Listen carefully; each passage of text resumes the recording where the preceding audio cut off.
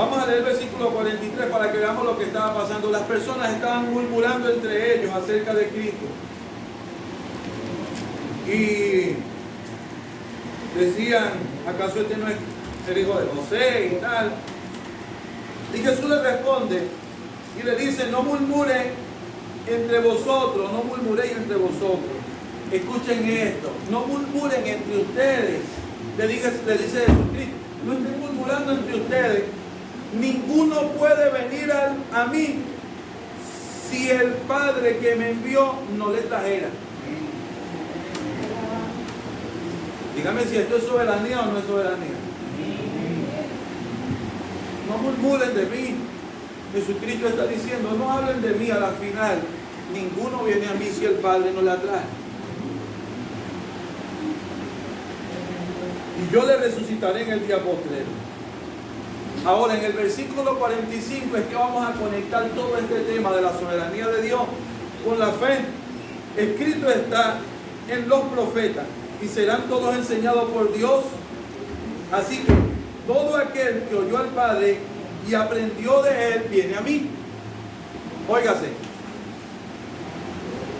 Simplemente vamos a dar una pequeña explicación para poder entrar en el tema de la fe. El tema de la soberanía de Dios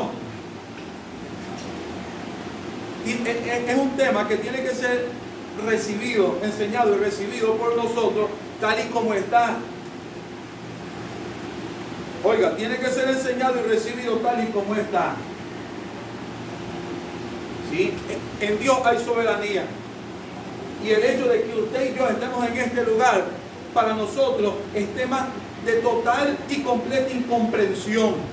Porque si nosotros estamos aquí fue porque la gracia de Dios en algún punto de nuestra vida nos alcanzó y nos trajo porque Dios lo quiso así. Y simple y llanamente es así.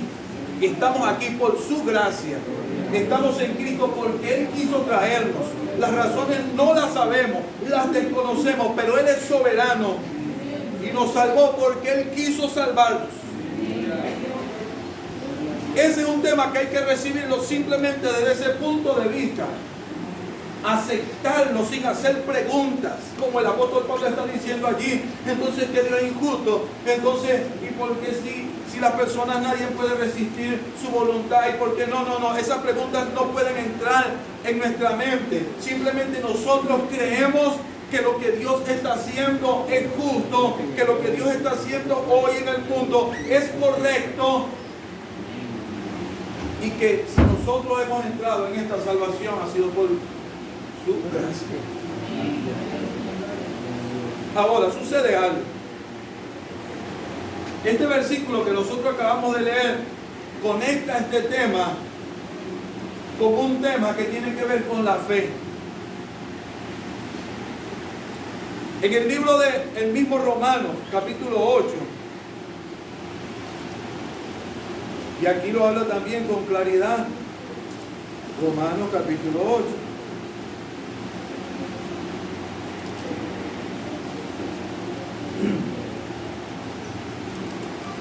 Versículo 28.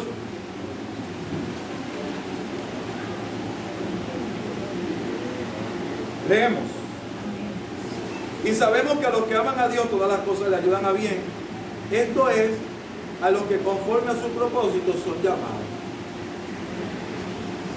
Porque a los que antes conoció, es decir, antes, está hablando de la eternidad, está hablando antes que todas las cosas fueran hechas, a los que antes conoció, también los predestinó para que fuesen hechos conforme, lo que antes lo predestinó para que fuesen hechos conforme a la imagen de su Hijo, para que Él sea el primogénito entre muchos hermanos. Y aquí explica algo en el siguiente versículo y dice, y a los que predestinó, a estos también llamó. O sea, ¿por qué usted fue llamado algún día a este camino?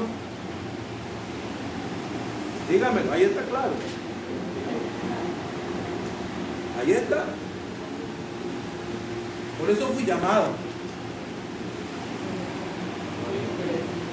No lo había notado, pero considero que se entiende más por el primer punto que dice, nos conoció. Si no nos hubiese conocido, no nos hubiese predestinado y no nos hubiese llamado. Pero hoy fuimos llamados por pura voluntad de Dios, por pura gracia. Y dice, a los que predestinó, estos también llamó. Y ojo con esto, y a los que llamó, a estos también justificó. Y a los que justificó, a estos también glorificó. ¿Qué pues diremos a esto? Entonces pregunta, bueno, si Dios es por nosotros, entonces ¿quién contra nosotros? Si Él fue el que nos llamó, si Él fue el que nos justificó, si Él fue el que nos santificó, si Él fue el que nos trajo, si Él fue el que nos puso aquí, ¿de quién? Si Dios es por nosotros, entonces ¿quién contra nosotros?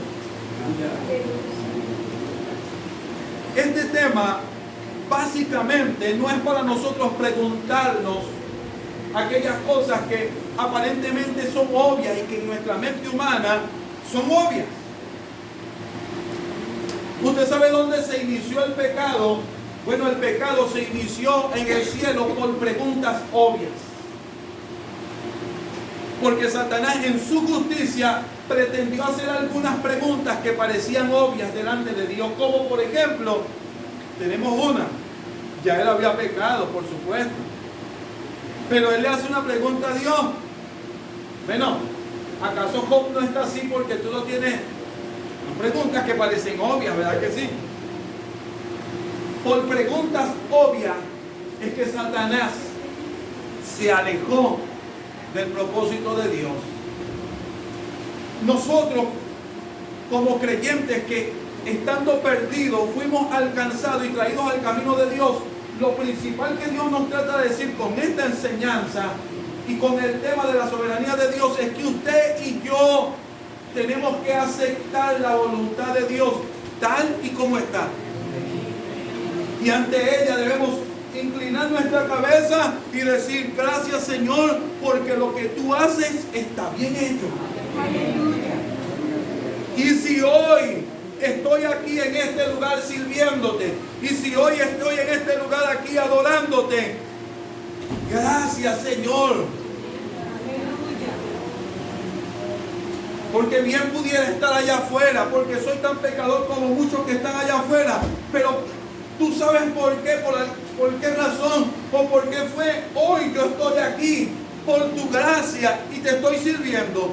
¿Qué debo hacer? Cerrar mi boca ante estas preguntas que pueden salir de una mente carnal y de una mente humana que yace en la naturaleza rebelde contra Dios, a decir, pero entonces Dios es injusto, entonces ¿quién ha resistido su voluntad? Esas preguntas, aunque Pablo las hace allí, las hace porque él entendía que eran las preguntas obvias que saltarían en la mente de muchos creyentes, y él las hace y él las responde, y no es que le da vuelta a un tema para darle una respuesta convincente, no, simplemente le dice, no hay injusticia en Dios, no hay injusticia en Dios, simplemente escucha, ¿quién eres tú para altercar con Dios y para hacerle tales preguntas a Dios? Si lo que Él está haciendo, lo está haciendo porque Él sabe, porque Él es soberano, porque Él es santo, porque Él es justo y Él sabe lo que está haciendo. Recibir el mensaje tal y como está, inclinar la cabeza y darle gloria a Dios, porque estamos en Cristo. Ahora, estos versículos que acabamos de leer conectan la soberanía de Dios con la fe. ¿Por qué conecta la soberanía de Dios con la fe? En el libro de Hebreos, no lo voy a leer, sino que lo voy a tocar por encima, porque es un capítulo que la mayoría de las personas, le aseguro que aquí lo conocen. Él dice, después la fe, la certeza de lo que se espera, la convicción de lo que no se ve, porque por ella alcanzaron buen testimonio los antiguos. Y empieza a explicar las acciones que tuvieron cada uno de los antiguos, motivada por la fe que ellos tenían. Entonces, la fe que ellos tenían los llevó a hacer lo que Dios les pidió que hicieran.